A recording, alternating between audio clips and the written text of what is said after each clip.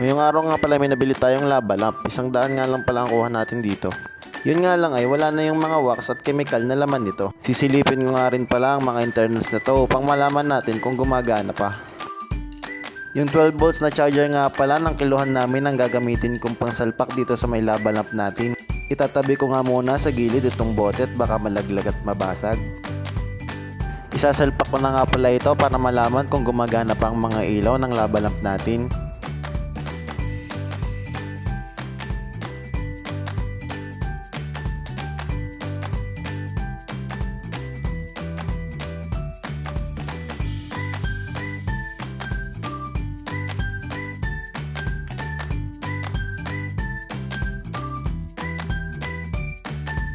Mukha namang gumagana pa ang ilaw ng lava lamp natin, kaya lang pundido na yung kulay pula, asul, tsaka berde. Nang pindutin ko nga pala ang buton ay lumakas ang ilaw ng 3 bumbilyang berde. Labis ko namang ikinatuwa ito dahil kahit papaano magagamit natin at maidi-display ang ating lava lamp.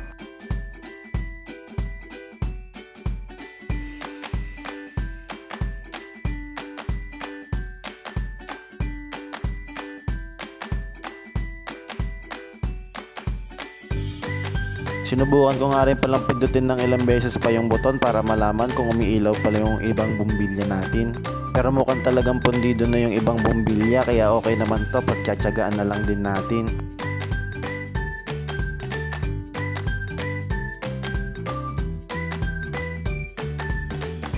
Dito naman nga pala ay napansin ko na mayroon pala tong aerator sa may loob niya. Kaya naman napaisip ako kung dati bang nilalagyan ng isda itong lava lamp na ito. Susubukan ko nga palang buksan at tingnan kung maaayos pa natin tong aerator na to dahil kanina ay parang hindi ito nagana. Matapos ko nga palang tanggalin at mabuksan itong aerator na ito ay napag-alaman ko na kinakalawang na pala ng sobra itong aerator. Mukhang malabo na itong gumana. Naisipan ko ngang butasan na lang ang lava lamp sa may gilid nito upang doon na lang padaanin ang hose. Bibili na lang ako ng panibagong aerator at sa labas na lang ito ilalagay. Gagamitin ko nga rin pala itong control valve na meron ako dito sa bahay upang makontrol yung flow ng aerator natin.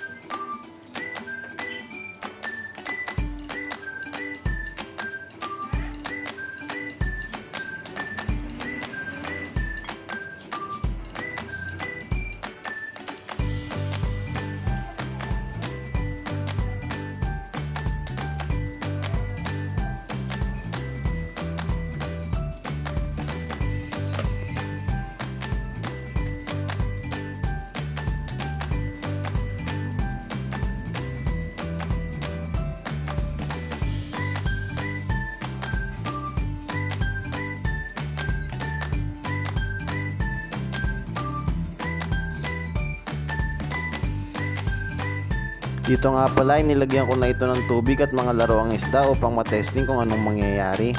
Sana lang ay hindi ito sumabog.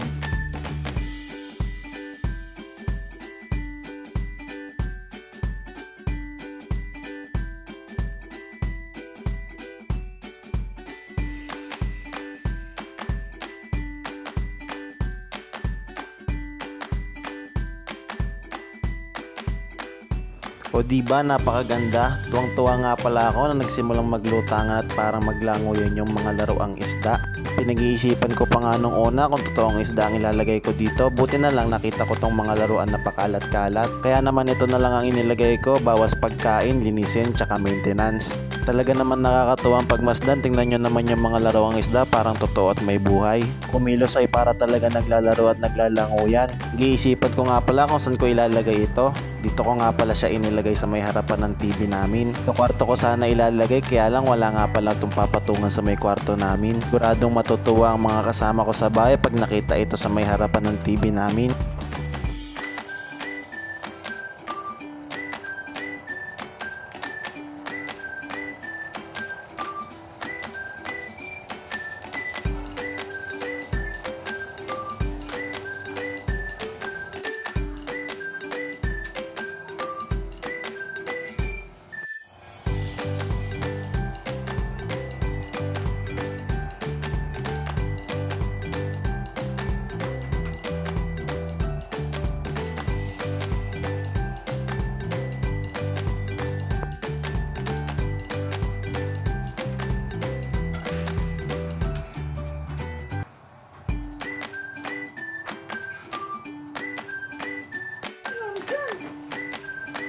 Hoy! Tangin na ka, sunog na ang mukha mo, nagtatan ka pa.